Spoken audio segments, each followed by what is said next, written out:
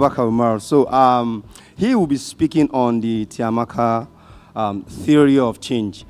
Dr. Abubakar Umar is a medical doctor, a licensed physician in Nigeria, one of the co-founders of the Taimaka project, and an incubated fellow of Charity Entrepreneur. He oversees the implementation aspects of the organization, ensuring that the care provided is of the utmost quality. Additionally, he is responsible for stakeholder management, strategy, and funding. Please, join me and make welcome Dr. Abubakar Umar. All right, thank you everyone for taking the time. So I will be discussing Taimaka's theory of change, and just kind of like what we do in northeastern Nigeria in Gombe State. So we save the life of children with acute malnutrition in Nigeria, even though at the moment we only operate in Gombe State, treating a few thousands of these children. I think just trying to introduce what we do. So acute malnutrition affects about 2.2 million children in Nigeria, with an annual mortality of 192,000 every year. So what does treatment entail? So for us, treatment means at least four things. First is care screening, looking for these children from the communities and then referring them to the treatment facility where children receive this reduced therapeutic food, routine medications and other vaccinations. And kids tend to stay an average of 8 to 10 weeks in the program, with the recovery rate at the moment being about 95%. So in between the case finding, which children in the community and also in the outpatient treatment facility, it's very likely that you will find children that are very severely ill, which we call the complicated severe acute malnutrition, who will require stabilization in the inpatient treatment facility. Some of these children could be directly referred from the community because of how bad their case is, or during treatment in the outpatient treatment facility. So within the 8 to 10 weeks, some children might deteriorate and will require stabilization in the inpatient facility. So despite having this high recovery rate, in terms of treating acute malnutrition, the biggest problem is that 1.6 million out of the 2.2 million children don't receive treatment at the moment, which results in this high mortality rate that we see. So how are we doing ours better than like government or other NGOs in the field?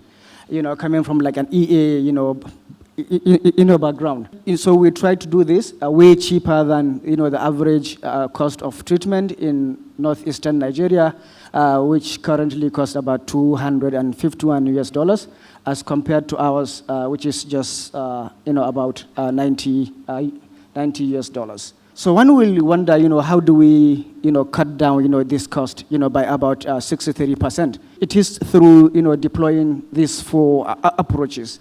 One is using the community health led treatment, which means that we don't have to hire the nurses, the doctors, the physicians, which will be very expensive. We support them with the digital case management tool. And how this works is that we develop this robust, extensive, ODK, tool whereby the community health, workers will just input all the anthropometrics included, in their, is also the clinical history, and then at the end of the day, it spits out like the management plan for this particular kid. And also using Tom Brown, which is a complementary food for the management of moderate acute, malnutrition. By doing that, we're able to cut down the cost of treating this particular moderate acute, these moderate cases by about 28%, rather than using the traditional ready-to-use supplementary foods. And the last thing that we do is co-locating with government facilities, and by doing so, we are able to save about $70,000 every year. So by doing this, we don't have to build our own structures, deploy like full-time staff, and what have you. So by doing this, we utilize the pre-existing structures, in terms of the facilities, or even in some facilities, just stipending the already existing staff to, run the program. So I don't know, this is quite blurred, but this is basically a schematic, diagram of our theory of change. Basically, the inputs, include what I've just mentioned, what entails the treatment of acute malnutrition, which starts from, community mobilization, where cases are looked at for in the community and referred to the outpatient treatment facility, where they receive therapeutic food, routine medications, and also, their immunizations. The inpatient services is where I said that we stabilize kids who are very severe cases. We call them the complicated severe acute malnutrition. Stabilize them there, and then in a kind of like a two-way referral system that they are referred to the outpatient, they are referred to the inpatient facility through the outpatient. In the same manner, these stabilized kids are referred back to the outpatient facility from the inpatient facility. So some of the things that we're able to achieve here is that, these cases are being identified and they are sent to the clinic. Malnourished children, regain their weight, return to a healthy state. Critical malnourished cases are stabilized in the hospital. Children, are identified by the community mobilizers. Malnourished children receive preventive care that they missed because of poor, healthcare system. Some of these children that we are able to screen from the community. Some of them have already missed some of their, vaccinations. Through this approach, we're able to fish out these children and then refer them to the outpatient treatment care. So by doing so, we're able to, prevent children from dying from these, severe complications. Children recover from this acute malnutrition for a period of about 8 to 10 weeks. Children are less likely to, contract malnutrition again, and children are less likely to die, of other causes that are not even, associated with, nutrition. So in some cases, you will see that we could get a kid from the community, has severe acute malnutrition, but is also, anemic. So the program takes care of that as well. So it's just not we just give you plum peanuts just to take care of the malnourished kind of aspect, but we also provide like other services that are, life-threatening. Some of this could be, a child who has TB, but also has severe acute malnutrition. So when we enroll you into the program, you don't just receive treatment for the acute malnutrition, but you're also enrolled into like a TB, program. And the same thing, kids are also, enrolled into the routine vaccination system in these primary healthcare facilities, that we do, operate. So by doing so, we, save lives for about $2,000 US dollars. So our impact so far, we're able to reach 7,000 children with either moderate acute malnutrition and severe acute malnutrition. But going forward, we are tilting towards treating only severe acute malnutrition. This is, due to the fact that we have realized that treating the severest cases is more cost effective. So treating one SAM child is about 3 times more effective than treating, the moderate acute cases. At the moment, last year, our recovery rate is about 95.2%. We are able to reduce cost by 63%, and then we are about 20x cash transfer at the moment. But currently, we are trying to see ways that we could boost our cost effectiveness. And one of the things that we are doing is that during this case finding, we go around with ORS and also zinc tablet that we dispatch to these children. It is something very similar that one of the CE incubator charities is currently doing. I think they call it some kind of mass ORS zinc distribution in the community.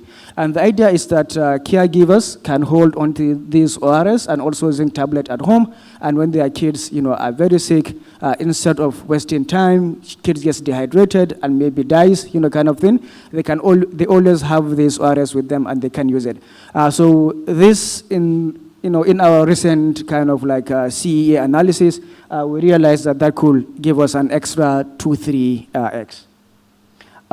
So in terms of who we are, I think I have been introduced. Abubakar Umar, licensed physician and one of the co-founders of Taimaka project. So this is like our big dream. By 2029, very long time from now, but we are currently being evaluated for a grant by GiveWell.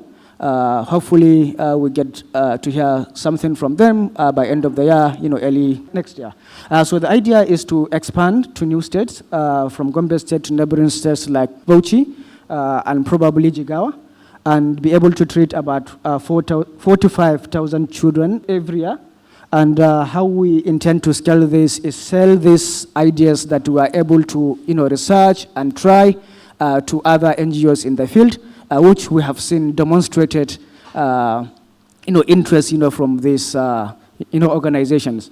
And then secondly is to scale this same idea through government facilities, as we know that government is the biggest absorber of these cases. So this is just kind of to tell how we think and how we come up with like our CES and how we choose what we do. So in 2019 we're in the agrofinance space for quite some time, where we give bridge loans to smallholder farmers, at that time about $200 US. So the idea is that immediately after harvest, we give them $200 so that they can hold on to their crops and then sell them later during the lean season, for a bigger margin. So at that time, they will return our $200 at a 15% kind of administrative charges. But we collaborated at that time with University of California, Berkeley, to really test how much impactful, we were. So we realized we were just about 2.3x cash transfers. At that time, new incentive, we were doing 13.6x cash transfers, and they saved about, during that time, about 217 lives. So we realized we are just, for every $1 million US that GiveWell spends. So we realized actually we are just wasting too much time and wasting a lot of these US dollars. So we decided to look for other avenues that will be more cost effective and then will be more impactful. And more impactful for us means saving more lives. And then we came up with acute malnutrition. So acute malnutrition has been kind of recommended to some extent by GiveWell, where they supported Alima with over $1 million US. This is just showing you our life dashboard. So this is for this year. Currently, when this was taken, I think this should be a few weeks ago, we had 869 active cases. Five of them just been the moderate cases. Like I told you, we are trying to move away from treating the moderate cases to just treat the severe cases, on the basis of cost effectiveness. So 869 severe cases, 5 moderate cases, giving a total of 874. So this year alone, to date, or to when this picture was taken, we treated or we admitted 3,160 cases. This is just a snapshot of kind of like the, our cost-effective, analysis. It's a very long, spreadsheet. Unfortunately, you cannot see all of it. Happy to share some of these things with people who are, very, very interested. Yeah, I think that will be it. So for people who want to look at us, can go to taimaka.org. Either to donate. You can also, if you think, there are areas that you could, volunteer and bring impact, you could send an application to external@taimaka.org. You can also keep in touch through our mailing list. These are just few of our supporters here, the agency fund, which also supported family empowerment media with a lot of money. USAID, Charity Entrepreneurship, who incubated us in the same way with FEM, SIGA, and also Funders Pledge. Thank you for listening. Yeah. Thank you, Dr. Umar. Yeah. So we'll be fielding questions from the participants. Anyone with question? Thank you very much, the presenter. It was a very interesting discussion. I just want to ask, what are some other ways you collaborate with international partners? I could see some of the partners listed on your slides, and I also heard you talk about receiving grants, So I want to know, are there other ways you are collaborating with this, or is it just grant-based? So that's my question number one. Question number two is, what is your relationship like with the government in the states where you are working? How has it been? Has it been very easy working with the Nigerian government? Because I have some. So. Yeah, thank you so much. I think the first question is about grants and maybe how we source our funds, and are there avenues that we are trying to explore in terms of funding ourselves. So initially we thought of doing an endowment, a $10 million endowment, and then we will take the revenues out of that and just whatever it is, just deploy it to our treatment program. But raising $10 million was very difficult. I think it's easier said than done. We've had a very nice, concept note, with nice pictures, with a hit list, that will hit 10 people to get $10 million, high net worth individuals. But it's quite difficult to kind of get, that.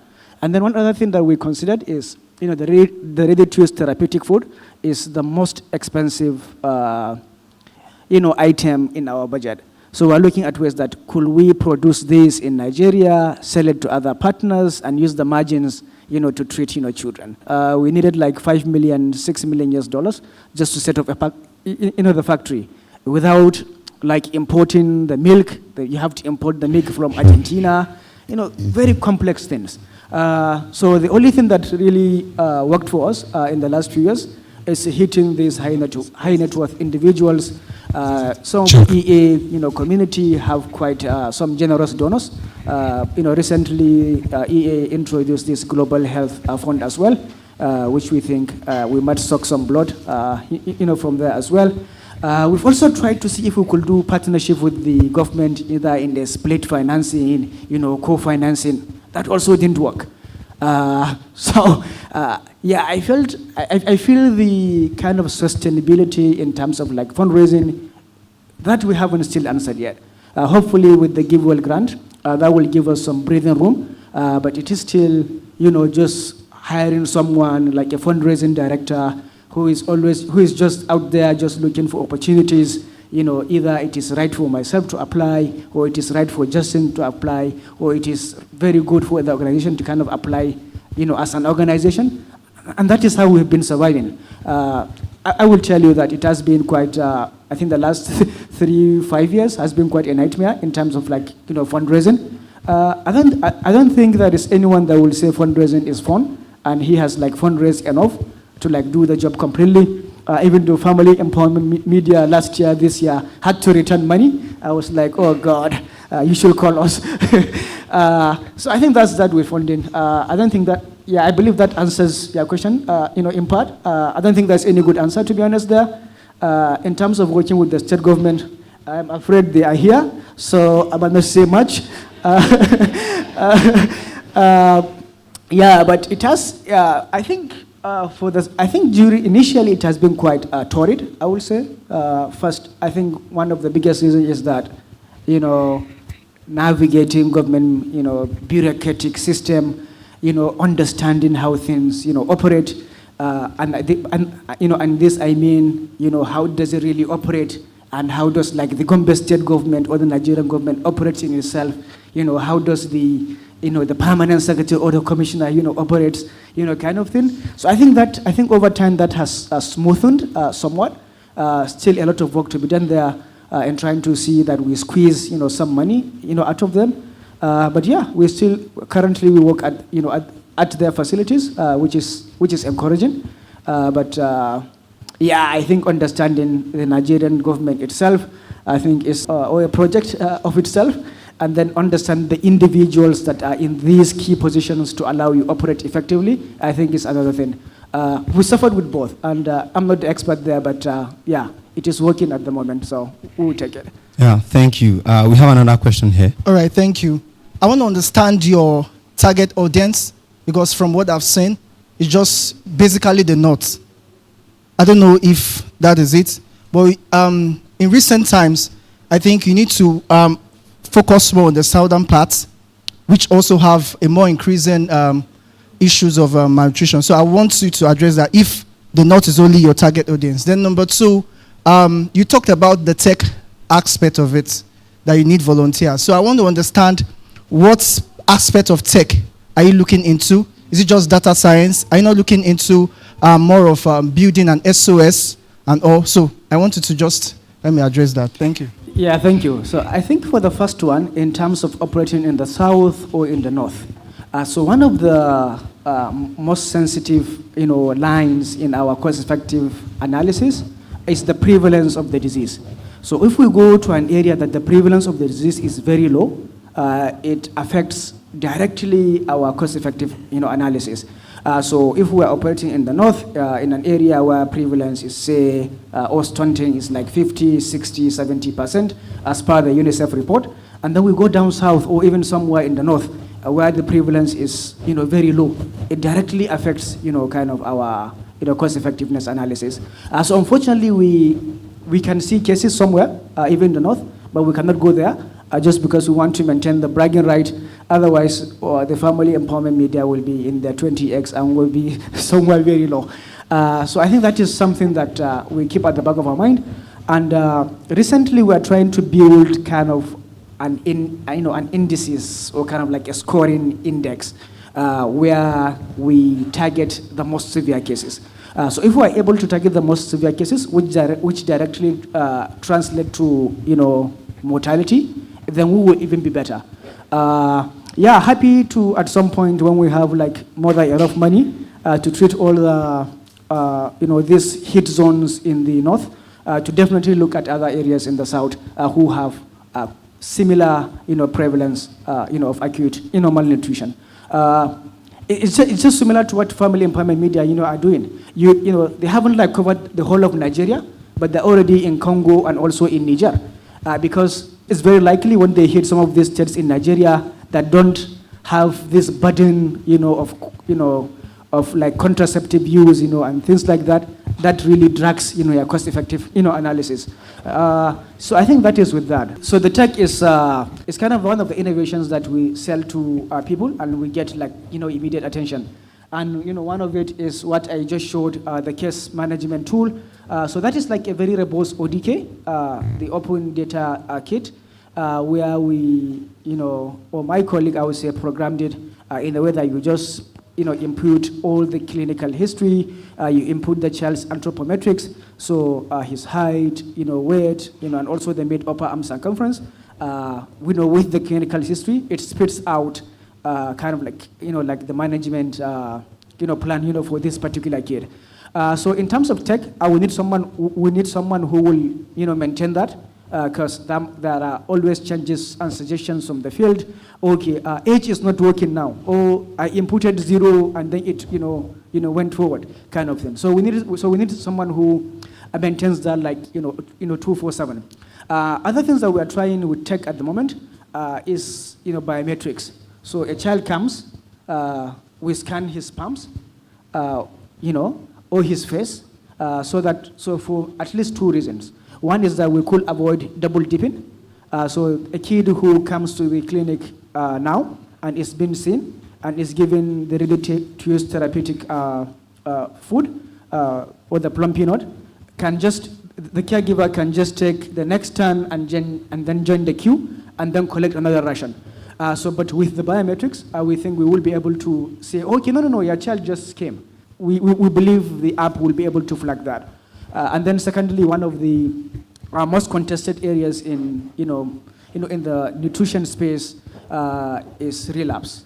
So you treat a kid now, you send him back to the community, the kid returns, in the next few weeks or in the next few months, with the same problem. So at the moment, the numbers are just, kind of like postulated to be somewhere between 20 to 40%. But because of the clinical ethics, surrounding that, you cannot treat a kid and then just keep watching him and see how many of these kids kind of like relapse. So the numbers are like very bad. So we believe with the, this tech, biometrics, we will be able to say, okay, no, but we have, after just scanning the palm print or the face or the retina or whatever we, see to work, we'll be able to say, okay, we have treated this child last year, and this is like a relapse case. So we think this would also give us kind of like a number. I think thirdly is the data analysis. It's something that myself and Justin kind of like bang our heads, against the wall at the moment to come up with the numbers. So if we could get someone who is very proficient and also very much aware of the nutrition space, I think that will free some time for us. I think people who think that they are fit, but they don't think they are like the best fit, I will encourage them to kind of apply and see what happens. Thank you. Good morning. When I walked in, I wasn't really here when you started, but when I walked in, I heard you saying in 2019, you were supporting farmers and you stopped because of you noticed that it was like a waste of money. So I want to understand something. Between 2019, are you still doing that project between 2019 to 2024? This is coming from the point that Nigeria is facing one of its worst food crises, and all of us know that nutrition also is related to when someone doesn't eat properly.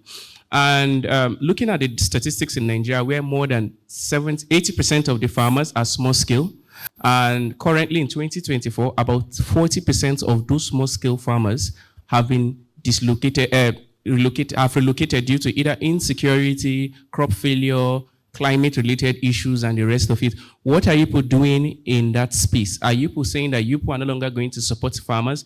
Then I want to also understand, if people tried supporting farmers through post-harvest losses mechanisms and it failed, have people gone back to the drawing board to say that, okay, this approach failed, what could be the causative reason? Now, this is coming from a point where in my organization, we work with small-scale farmers across 28 states in Nigeria, and we've been working on this project for the past 5 years. And one of the things that we've done that has helped these farmers is we do what we call the advanced purchasing scheme. So what it simply means is, if, let's say, in November, a bag of beans will sell for 40,000 naira, for example. We all know it's not 40,000 naira. And and the farmer needs like maybe 300,000 naira to farm. We can give these farmers like 200,000 naira. And in November, instead of them giving us money, we can take off the product for the worth of that money we've given them as payments for that money we've given. I'm not an NGO, I'm a business person. I'm not an NGO. So the question is, have people gone back to your drawing board to say, okay, what can be done? Because a lot of time, the focus on nutrition, it's sometimes the farmers are not really put into. Then also, what are you doing in terms of post-harvest losses, which is one of the biggest problems facing Nigerian farmers at the moment? Now, let me tell you, between the farm and the buyer, you that buys, the price of food rises minimally by 60% in Nigeria. So what are you doing? And about 45% of this farm products is lost between the farm gate and the market, not you. The farm gate and the market. So calculate what you lose from the market to you. So what are you doing to mitigate these whole challenges? Yes. Sorry for your organization. Do you have like a CEA? Do you have like a cost-effectiveness analysis? And you will say that how much lives you are saving, by what you are doing, or how much lives you've improved. So like either a quali or kind of like a daily kind of thing. Do we have it in our organization? Yes. Yes, we do. I could give you statistics. In the past 5 years, we've worked with 35,000 farmers across 28 states in Nigeria. But due to insecurity, we've started focusing our project. So last 2 years, we started what we call the Victim of Crisis program, where we try to, because I'm based in Borno State, Maiduguri. Okay. So we try, of course, it's a war zone. So we try to reintegrate these people that have been victims of Boko Haram crisis through agriculture. Due to some the society will find ourselves, and some certain interest, we had to pull out. But for now, we are working fully in 4 states. We are working in Taraba, we are working in Plateau, we are working in Borno again, in Jeri local government. So in terms of like, post-harvest loans, post-harvest, loss. So at that time when we were doing post-harvest loans, we in combination with the $200, we also give farmers PICS bags. So the improved storage, bags. Yeah. So I think at times I find it very difficult to kind of express myself, and express kind of like what we do. And maybe when I say we are, pouring money or kind of wasting money, it strikes out to some people that, okay, but this is like a very good area, for someone to kind of really, have like a huge impact. I mean, I totally agree. But just having like kind of like the EA mindset that we at Taimaka kind of hold very dear to us, which is cost effectiveness and also evidence-based. So this means that if tomorrow or before I walk out of this room, someone sells an idea to me that is not 20x, but is 40x, that is what I will be doing. Because, so there's this example that I give my colleagues, who are physicians, who are very active, wanting to save lives, and things like that. And the example is that if you have 10,000 naira, and then you 10,000 naira, you will be able to treat, let's say, 5 children with severe malaria, and you will be able to save, 1 life out of them. So imagine if you treat the 5 cases, 1 of them only survives. But in the, on the same ward, you have another patient who is battling cancer, who needs like millions. But you decided to give your money to this cancer patient, who maybe has some chance, to survive. But at the end of the day, he dies. Because he has more chances of kind of like dying, like, than the, severe malaria cases. So in reality, if you put your money into treating these severe cases, you will have saved, 1 life. If you put your money, the same 10,000 naira, which we all agree that it will not save this 1 life, that means, so if you go and give your 10,000 naira to this cancer patient, that means you have actually killed 1 life, or even 2 lives, because you will have saved 1 life treating the severe malaria cases, but you haven't done that. You went ahead and you gave your money somewhere that you are not even able to save 1 life. So in reality is that this 10,000 will have saved 1 life in the severe malaria cases, but you haven't deployed your money there. That means that child will die, or will have died, by the time the cancer patient has also died. So in reality, if you are not maximizing your impact, in some extent, especially in the global health development, you are most likely killing lives. Because you will have saved 1 life just treating severe malaria cases with the same amount. Or say, with 10,000 naira, out of the 5 cases, you will have saved, say, 3 cases. But treating the cancer patient, let's say you even saved him. The 10,000 naira was able to save, this cancer patient. But in reality, if you put your money in saving this cancer patient, you have just saved 1 life. But had it been you put it to saving this severe malaria cases, you will have saved 3 lives. So it's 3 lives to 1 life. So in reality, in the kind of like the EA mindset we have, you have actually, if you put your money in saving the cancer patient, which you have succeeded in saving him, you have actually killed 2 lives. Because you will have saved an additional 2 lives treating the severe malaria cases. And this kind of like a very difficult line for us to kind of like choose. So should all cancer patients die? Because no one is wanting to put his money there. Or should me, who has the option to decide the most cost-effective way or the most lives to save, devote my money to somewhere that I will save less lives, which translates to killing lives? I mean, I don't know. I hope people are getting the gist. Thank you, Abubakar.